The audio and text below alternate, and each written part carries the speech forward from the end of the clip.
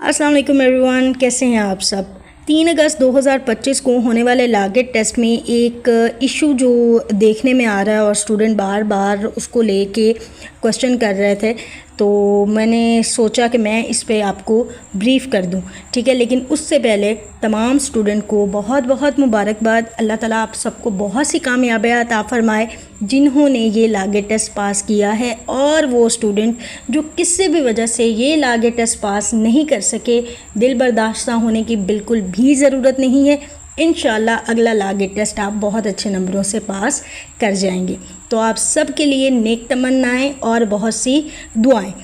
तो दुआओं के बाद अब हम बात करते हैं उस टॉपिक पे, उस एमसीक्यू पे, उस सवाल पे जो कि इस वक्त 3 अगस्त 2025 को होने वाले लागेट टेस्ट में मुतनाज़ है। लेकिन इससे पहले छोटा सा डिस्क्लेमर है, वो ये है कि ये जो एमसीक्यू मैं आपके साथ शेयर करने वाली हूँ ये मुझे नहीं पता। आप स्टूडेंट में से ही किसी ने मुझे ये सेंड किया है, एक दफ़ा, 2 दफ़ा, काफ़ी दफ़ा मैंने फिर इसको कंफर्म किया है, तो मुझे ये बात पता चली कि यस, ये जो एमसीक्यू था ये एज़ इट इज़ था हमारे टेस्ट में, और इसके जो ऑप्शन हैं वो भी ऐसे ही थे, ठीक है। तो फिर मैंने ये इरादा किया कि मैं इस पर थोड़ी सी ब्रीफिंग दे दूँ आपको, ताकि जो स्टूडेंट परेशान हैं उनकी परेशानी कम हो सके, और जो आंसर की के बाद ये समझते हैं कि इसका जवाब गलत है, तो उस पर भी मैं समझा सकूं कि आया वो जवाब सही है या वो गलत है। अगर गलत है तो कैसे है, सही है तो कैसे है, तो थोड़ा लॉजिकल वे में इसका जवाब ढूंढते हैं, ठीक है जी। तो सबसे पहले मैं सवाल पढ़ देती हूँ और उसके बाद फिर इसको मज़ीद एलैबोरेट करती हूँ। सवाल क्या था या स्टेटमेंट क्या थी? Who have commits house breaking after sunset and before sunrise is set to commit house breaking by night. ये इसकी स्टेटमेंट थी, जिसके ऑप्शन थे civil trespass, criminal trespass, house trespass, house breaking. ये 4 ऑप्शन थे, ठीक है। सबसे पहला जो ऑप्शन है वो तो टोटली निगलेक्ट हो जाएगा, वो तो है ही नहीं, बनता ही नहीं है, ठीक है, वो चला गया। अब हमारे पास बचते हैं जी पीछे 3 ऑप्शन, क्रिमिनल, हाउस और हाउस ब्रेकिंग, ठीक है। ये 3 ऑप्शन बचते हैं। मैंने स्टूडेंट से ये पूछा कि मुझे कंफर्म बताएं कि आपको कौन से सेक्शन का हवाला देके ये सवाल पूछा गया था, या आपको किसी भी सेक्शन का हवाला दिए बगैर ये सवाल पूछा गया था। मुझे बताएं कि ये सवाल एक्चुअली कैसे आया था, क्योंकि ये तो स्टेटमेंट शेयर किया आपने, जबकि जो लॉ गेट में सवाल आता है या तो वो सेक्शन का हवाला देके पूछा होता है या फिर बगैर सेक्शन का हवाला देके एक स्टेटमेंट बनाई होती है। मैंने स्टूडेंट से ये रिक्वेस्ट की कि मुझे एक्चुअल स्टेटमेंट अगर किसी को याद हो तो बता दें, लेकिन एक्चुअल जो स्टेटमेंट है वो मुझे कंफर्म नहीं हो सकी। तो इसी स्टेटमेंट को मैं अब जो है ब्रीफ करने वाली हूँ, एलैबोरेट करने वाली हूँ। तो अब मैं आपको 1 बाय 1 एक एक ऑप्शन का समझाऊंगी कि कोई भी ऑप्शन अगर ठीक है तो क्यों है, नहीं है तो क्यों नहीं है, ठीक है।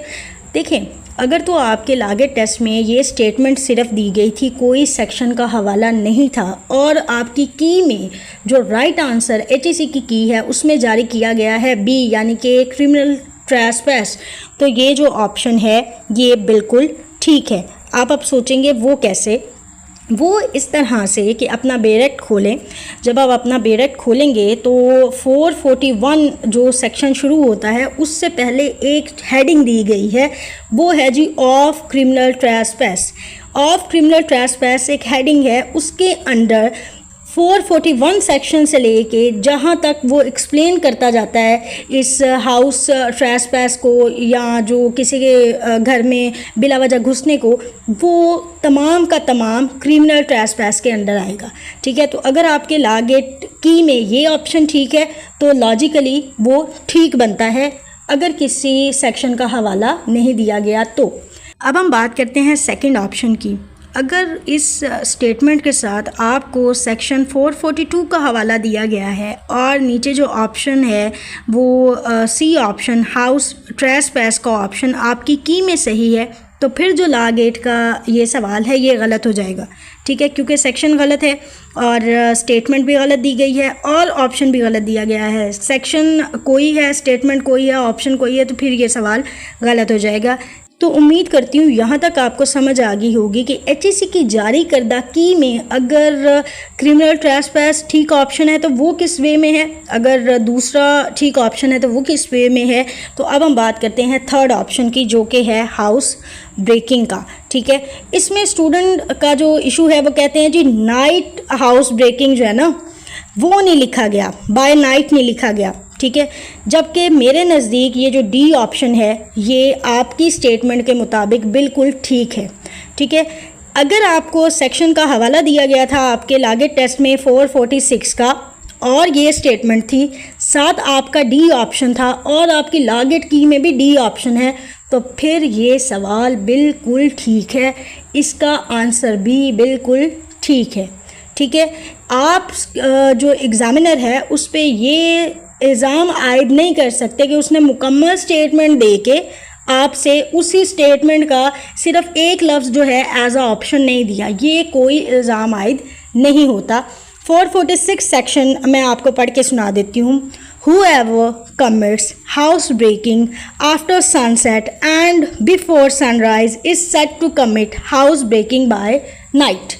ठीक है, और आपको उन्होंने ऑप्शन दिया हुआ है लास्ट पे हाउस ब्रेकिंग का, तो इसमें क्या कन्फ्यूजन है? ठीक है, इसमें क्या गलती है? सिर्फ उन्होंने डैश नहीं लगाया ना, बल्कि स्टूडेंट्स और अल्लाह के बंदो अगर देखा जाए तो ये तो आपके हक में था, बल्कि आपके हाथ में एक नंबर था। देखे ना, उसने पूरी स्टेटमेंट बता दी, डैश लगाना भूल गया। ठीक है, उसको नहीं समझ आई कि मैंने यहाँ पे डैश लगाना है, कोई भी वजह रही हो, और जो ऑप्शन दिए गए हैं उसमें आपको सही ऑप्शन तो दिया गया, ये तो आपने सीधा सीधा डी लगाना था और आपका एक नंबर था। ठीक है, बहरहाल मुझे नहीं पता, आप कंफ्यूज हुए क्योंकि एक जैसी मिलती जुलती स्टेटमेंट्स हैं, इसलिए आप कंफ्यूज हुए। अगर इसका ईमानदारी से मैं तजज़िया करूं और विदाउट एनी ऑफेंस, ये जो क्वेश्चन है ये बिल्कुल ठीक है, इसमें कोई मिस्टेक नहीं है। आपको ऑप्शन भी दिया गया था, अगर आपको सेक्शन भी बताया गया है तो फिर तो बिल्कुल ही ये गलत नहीं है। ठीक है, ये गलत कब होता, ये जो क्वेश्चन है ये गलत उस वक्त होता जब आपको एक तो सेक्शन गलत बताया गया होता, दूसरा स्टेटमेंट आपके सिलेबस का हिस्सा ना होती, तीसरा स्टेटमेंट गलत होती, चौथा सही ऑप्शन मौजूद ना होता। ये जो 4 से 5 रिक्वायरमेंट्स हैं इस क्वेश्चन में पूरी हो रही हैं, तो ये आप कहना छोड़ दें कि ये जो क्वेश्चन है ये गलत है। ठीक है, ये क्वेश्चन बिल्कुल ठीक है। Secondly, I am really sorry to say, अगर आप में से कोई भी ये सोच रहा है कि ये जो सवाल है इस पे आपको ग्रेस मार्क मिलेगा, तो बिल्कुल गलत सोच है। इस सवाल पे आपको ग्रेस मार्क बिल्कुल नहीं मिलेगा। ठीक है, हाँ, अगर कोई और सवाल है जिसमें सेक्शन गलत है, आर्टिकल गलत है, कोई जो उसकी स्टेटमेंट है वही गलत है, आउट ऑफ द सिलेबस है या ऑप्शन गलत है, तो उस पर आपको ग्रेस मार्क मिल सकता है। लेकिन ये जो क्वेश्चन है इसमें ना तो स्टेटमेंट गलत है, अगर उसने सेक्शन का हवाला दिया तो फिर तो बिल्कुल ही गलत नहीं है, ऑप्शन भी ठीक दिया हुआ है, बस वो डैश लगाना भूल गया। ठीक है, वो जो उसने ऑप्शन में डैश लगानी थी वो लगाना भूल गया, बाकी तो क्वेश्चन ठीक है, तो इस पे आपको ग्रेस मार्क नहीं मिलेगा। ठीक है, किसी की बातों में आने की ज़रूरत नहीं है। इस क्वेश्चन पे ग्रेस मार्क आपको सिर्फ एक ही सिचुएशन में मिलेगा कि जो सेक्शन था वो गलत था, स्टेटमेंट सेक्शन के साथ रेलिवेंट नहीं है और बाद में जो ऑप्शन है वो फिर इररेलेवेंट हो जाते हैं। अदरवाइज़ अगर सेक्शन बताया गया था, स्टेटमेंट यही थी, नीचे ऑप्शन ये था, तो फिर आपको ग्रेस मार्क नहीं मिलेगा। अब चूँकि मेरे पास ना तो पेपर है ना एग्जैक्ट स्टेटमेंट मुझे पता है कि आया यही थी या कोई और थी, ना ही मुझे ये पता है कि कौन से सेक्शन के साथ ये स्टेटमेंट आई थी, और ना ही मुझे ऑप्शन कंफर्म है ये आए थे कि नहीं आए थे, क्योंकि मुझे जैसे मासूल होती ये चीज़ मैंने वैसे ही आपके साथ शेयर करनी होती है। ठीक है, और कंफर्म आप लोगों से ही करनी है, मैं तो टेस्ट का हिस्सा नहीं थी, तो आप लोग ने तो मुझे भी कंफ्यूज किया। ठीक है, कोई कुछ कह रहा है, कोई कुछ कह रहा है, तो मैं तो बिल्कुल इस चीज़ पे किसी जो है ना एक पॉइंट पे नहीं आई, इसलिए मैंने कोशिश भी नहीं की किसी पॉइंट को वो खुद से हाईलाइट करने की। जो मेरे पास है मैंने उसके मुतालिक कोशिश की है कि मैं बेहतर ब्रीफ कर दूं आपको, ताकि आपको पता चले कि अगर आपको ग्रेस मार्क मिलता है तो क्यों मिलेगा और नहीं मिलता तो अनफॉर्चुनेटली उसकी क्या वजह है। ठीक है, लेकिन हाँ, एक सवाल था कि क्या इससे पहले ग्रेस मार्क मिला है लॉ गेट की हिस्ट्री में, तो यस मिला है। जहाँ तक मुझे याद आता है 1 से 2 दफ़ा लॉ गेट में ग्रेस मार्क मिला है। ठीक है, वो भी एचईसी की गलती थी, तो मेहरबानी है उनकी, माना था उन्होंने, तो फिर एक ग्रेस मार्क दिया था। और एक और सवाल था जिसके मतलब पूछा गया था, वो था जी हाई कोर्ट के जज की जो एज है, ठीक है। मेरे पास जो सवाल था उसमें भी 45 ईयर ही ऑप्शन था, तो मैंने वही करेक्ट किया था। लेकिन अब चूँकि नई अमेंडमेंट आई है, 26th अमेंडमेंट है, उसमें जो एज है वो 40 हो गई है, रिड्यूस कर दी है, ठीक है। तो नई अमेंडमेंट के मुताबिक हमने जवाब देना होता है, तो वो 40 जो ऑप्शन है आपकी की में वो बिल्कुल ठीक है।